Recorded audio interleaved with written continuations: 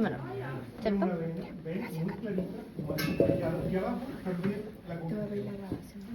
Ya, recorramos la muestra con aumento menor. ¿Me están escuchando todos? Ya. Lo primero entonces, observamos algunos focos, ¿verdad? Congestivos, claramente, súper evidentes, ¿verdad? ¿Los ven, cierto? Ahí, ¿verdad? Ahí lo más rojito, ¿verdad? Exacto. ¿Ya? Entonces, eso es lo primero. Miren ahí ese vaso sanguíneo. ¿Ya? Está sumamente evidente y muy altamente congestivo. Ahí, ¿ven?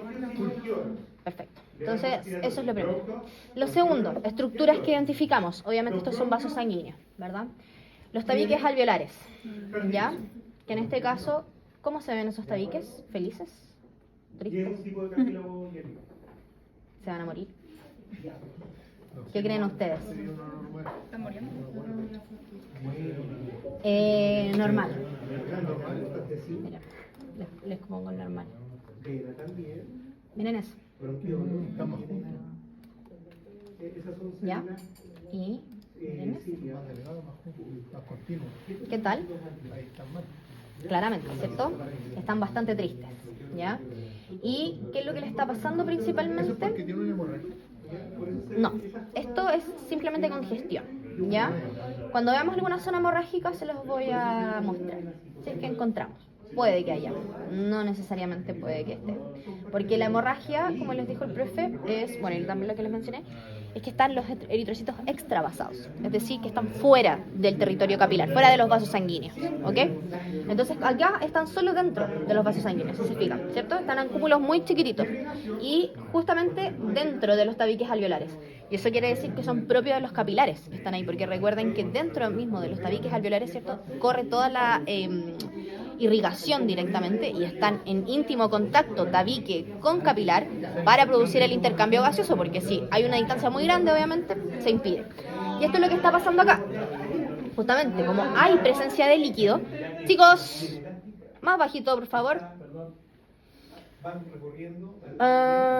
Como está entonces acá presencia de líquido, se está alejando entonces este intercambio gaseoso, se está impidiendo, ¿ya? De cierta manera. Entonces, lo primero, eso es lo que podemos observar y si se fijan, miren, eso es un precipitado de colorante, ¿ya? Por lo tanto es un artefacto, ¿ok? Porque algo azul que vayamos a ver en esta muestra, por ningún motivo, ¿ya? Entonces es un precipitado de hematoxilina, probablemente, por el color, ¿ok? Miren ese vasote sanguíneo que está ahí. Gigante, ¿no? Esa es una congestión, pero full. Y dentro del vaso. ¿Se dan cuenta? Ya. Y lo importante, al ladito de ese vaso sanguíneo hay una estructura muy relevante, que la mencioné recién. ¿Ah? Esta es la arteria, este es el capilar en realidad. Porque en esta zona no vemos arterias grandes. Recuerda que en tabique alveolar principalmente vemos capilar. O sea, vaso más chiquitito. Claro. ¿Ya? Entonces, esta estructura, ¿qué creen ustedes que será? Ahí está. Y es largo, bastante grande. ¿Qué otra estructura? Ay, ¿cómo se llama? Eso de ahí. Esa de ahí. Sí, se me olvidó. El bronquiolo. ¿Ya? Recuerden que a medida que vamos avanzando anatómicamente en el sistema respiratorio, se va dividiendo, ¿cierto? Cada vez más la tráquea en divisiones, subdivisiones, ¿cierto? Hasta justamente llegar a estas estructuras que son los bronquiolos terminales, ¿ok? Porque tenemos primero el bronquiolo respiratorio, el bronquiolo terminal. ¿Okay? Entonces, la característica justamente de este bronquiolo respiratorio, terminal, es que tiene este epitelio, ya que es un epitelio cilíndrico ciliado. Entonces, la característica particular de este epitelio es que tiene esta función de arrastre de partículas por los cilios, ¿ya? Entonces, ya identificamos la mayor parte de las estructuras y ahora vamos a ir a más detalle, ¿ya? Miren ahí.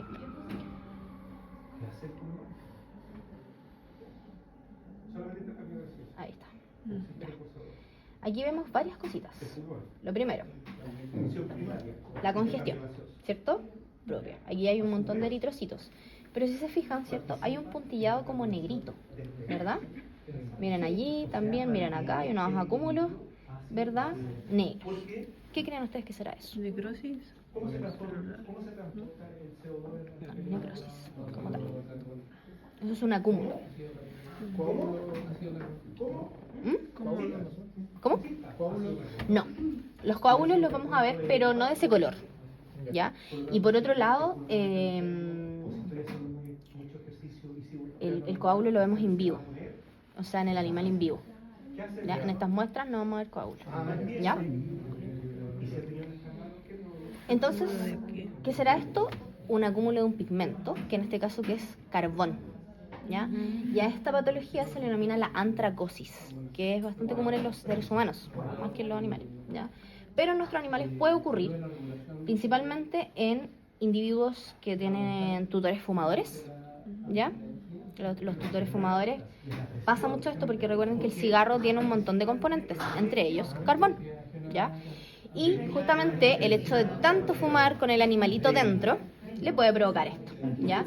Y además de eso, asociado obviamente a este depósito de este pigmento exógeno, se puede dar una alteración del epitelio en donde estos cilios se comienzan a morir, ¿ya? Exacto, los cilios se piensan a perder, literalmente, ¿ya?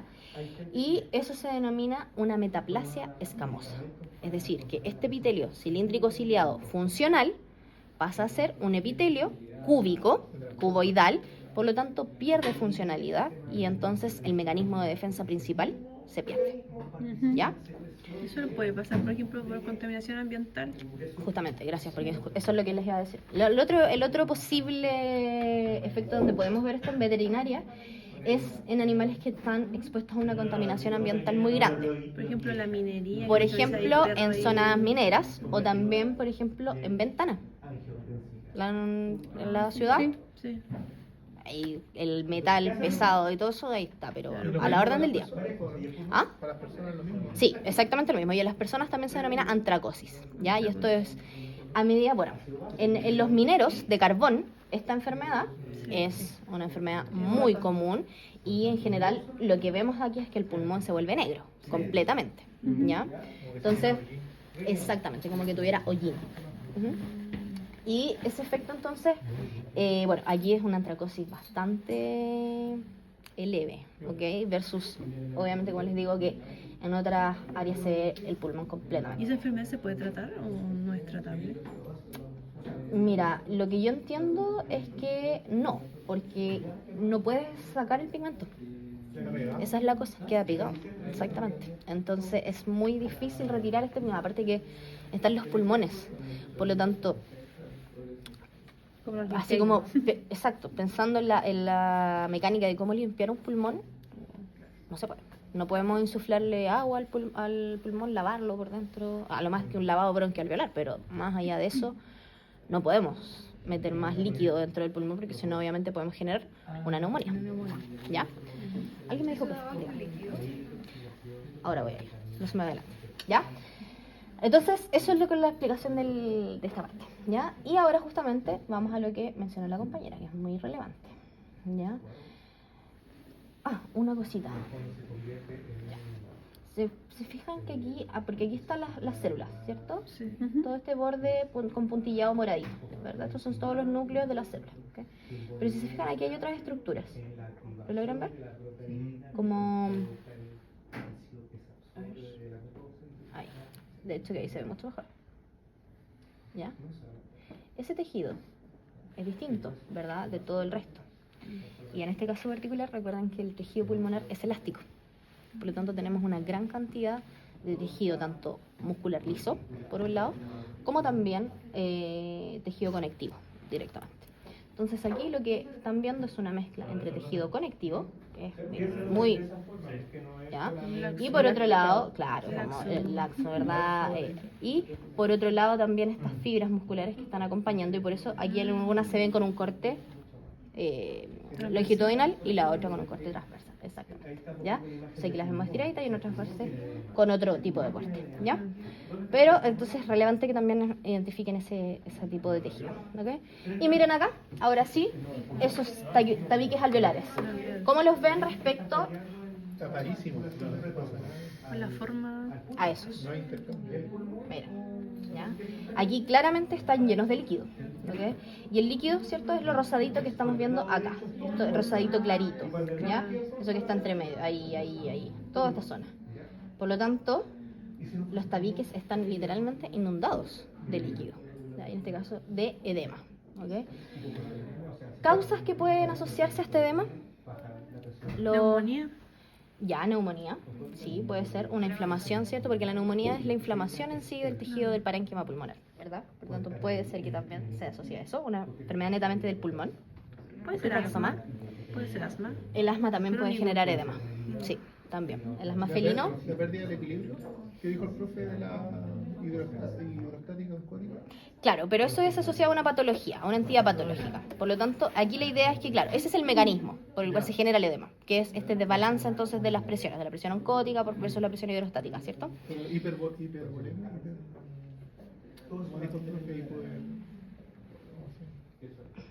Cuando aumenta el volumen sanguíneo. Ya, cuando aumenta el volumen sanguíneo, pero en realidad, más que edema, no es tan así. Lo que pasa es que una alteración cardíaca, ¿ya? En una insuficiencia cardíaca, exacto, ¿ya? Esta alteración es muy típica de un insuficiente cardíaco. Y aquí les voy a hacer la salvedad, porque siempre se me equivocan. Un paciente insuficiente cardíaco, y en particular la insuficiencia cardíaca, no es una entidad patológica. Es decir, ustedes no pueden diagnosticar a un paciente como insuficiente cardíaco.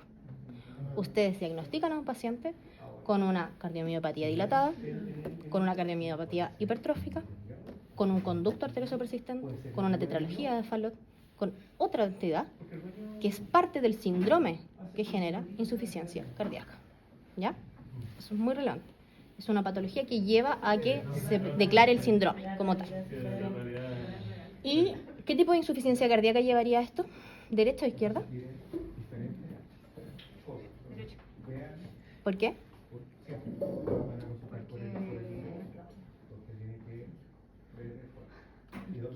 Es que recuerdo.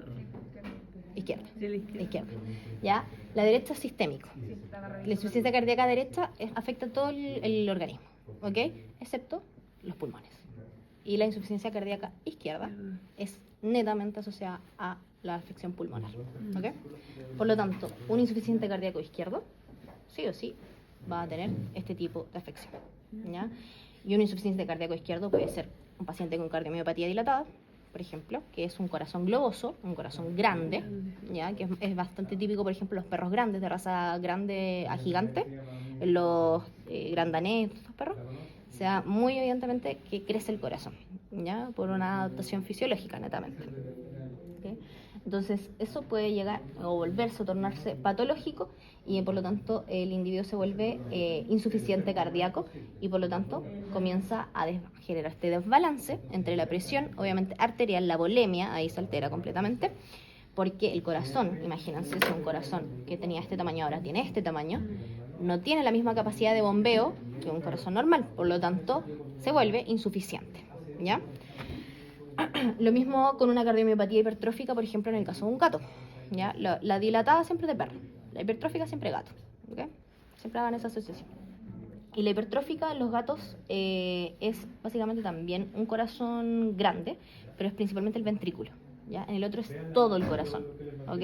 Es un corazón que tanto atrios como ventrículos agrandan. Aquí en la hipertrófica simplemente los ventrículos, ¿ok? Entonces aquí la fuerza de eyección es mucho menor porque hay un grosor enorme. Por lo tanto, el volumen que ingresa al corazón ya es mucho menor a la cámara, al ventrículo, y por lo tanto a la vez la eyección es menor, ¿ya? Entonces, ese es uno de los casos más típicos que pueden generar insuficiencia cardíaca, como también múltiples otras patologías, la enfermedad degenerativa valvular, y así, suma y sigue. Ya cuando pasen a la parte de cardiovascular, ahí van a hablar de todas esas afecciones, ¿ya? Pero también puede asociarse este tipo de patologías a otra cosa. No necesariamente que el corazón esté funcionando mal, sino que también los riñones pueden funcionar mal, ¿cierto? Y ahí principalmente lo que ocurre es que hay pérdida de proteínas a través del riñón, ¿ya? Entonces, cuando hay pérdida de proteínas, la presión oncótica se va al suelo. Y por lo tanto, presión hidrostática compensa salida de líquido directamente, ¿ya? Y dentro de patologías perdedoras de proteínas tenemos un montón. Están las enteropatías perdedoras de proteínas, es decir, patologías digestivas asociadas a la pérdida de proteínas, como por ejemplo síndromes de mala absorción, ¿ya? En los perros, muy típico. Perros alérgicos alimentarios que también tienen síndromes de mala absorción porque no son capaces de asimilar los alimentos y porque tienen alergia, ¿no es cierto?, a la proteína de alto peso molecular. También pasa esto.